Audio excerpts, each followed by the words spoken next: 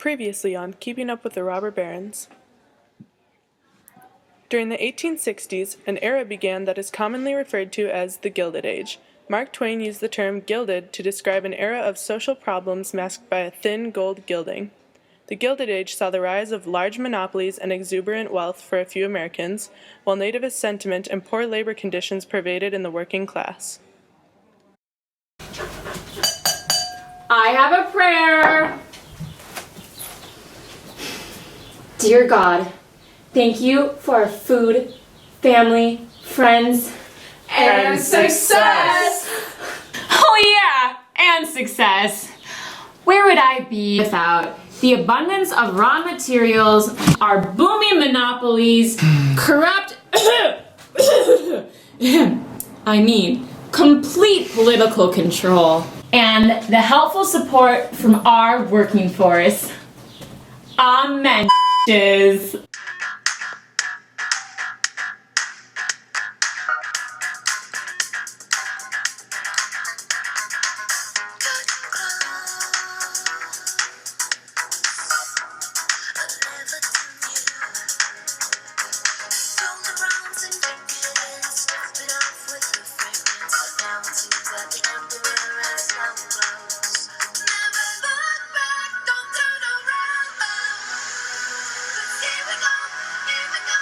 Try to keep up.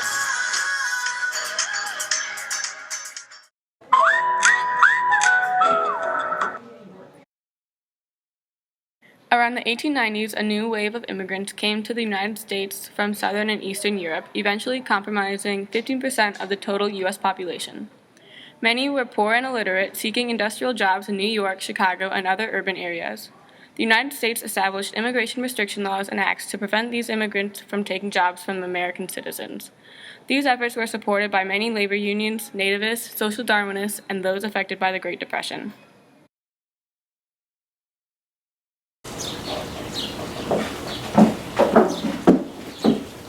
Chef Katya, this is your new worker. Her name is Maria. She'll be working in the garden. I expect you to treat her just as nicely as you do to everyone else.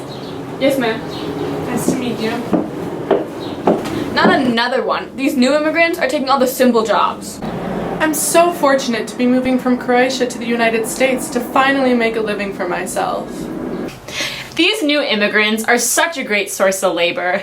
Paying them 17 cents an hour will get me so much bang for my buck.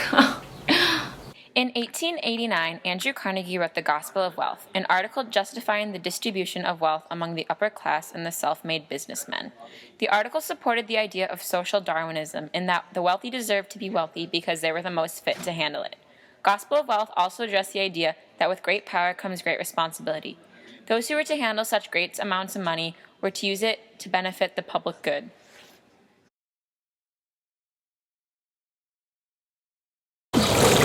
I love this lighting. Oh my god! I dropped my earring in the ocean! Kim, literally, people are dying. With great power comes great responsibility. We need to start thinking about how we use our wealth. I don't think you understand. Those were princess cut diamonds. I think the fish is eating it.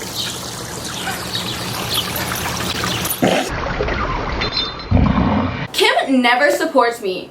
I freaking wrote the Gospel of Wealth. Do you know who I am? Courtney Carnegie.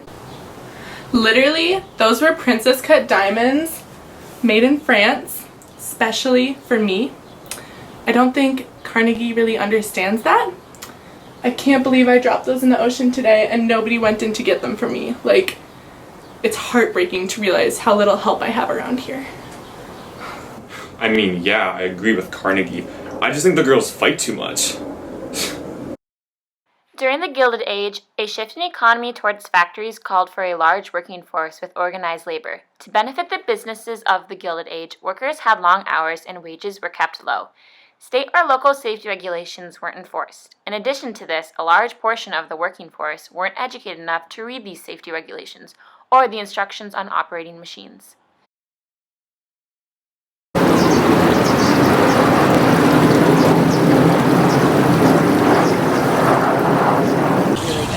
Really? I think I'm so fake.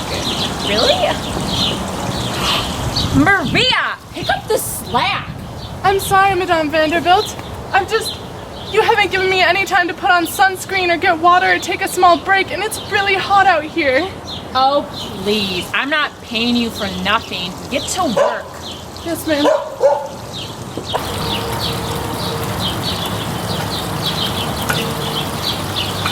You better work faster. I need that new pool in by Monday. But it's Saturday.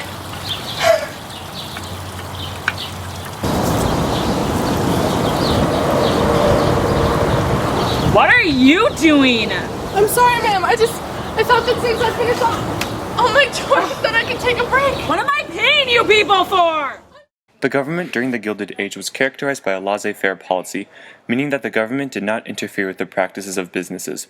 Through vertical integration, businesses were able to transform into overpowered monopolies.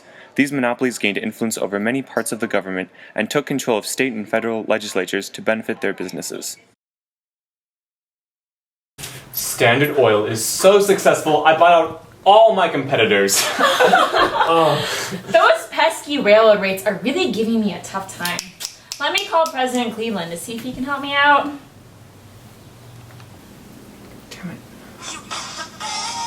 Oh, shit.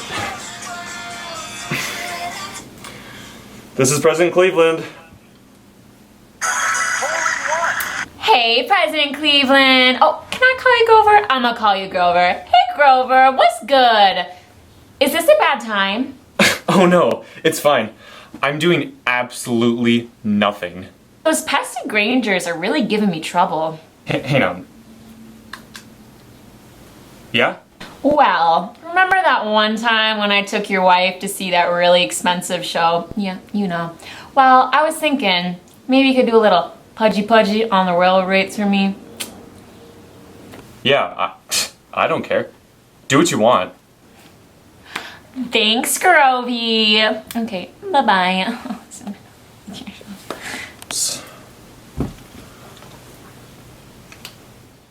Next on Keeping Up with the Robber Barons. What do we want? More money. When do we want it? Now. What do we want? Less hours. When do you want it? Now. Yeah!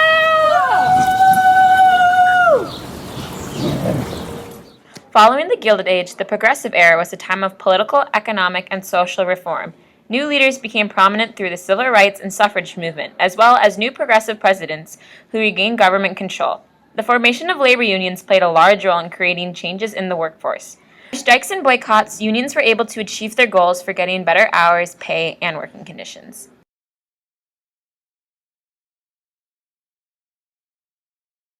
Okay.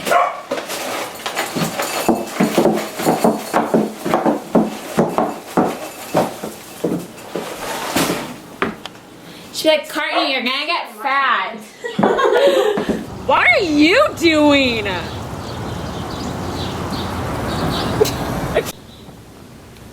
Hello? It's me. Go for it. No, stay. Yep. Okay, now you can turn. Go? Yep. Okay, yep. You can go. Starting. Yep. Wow.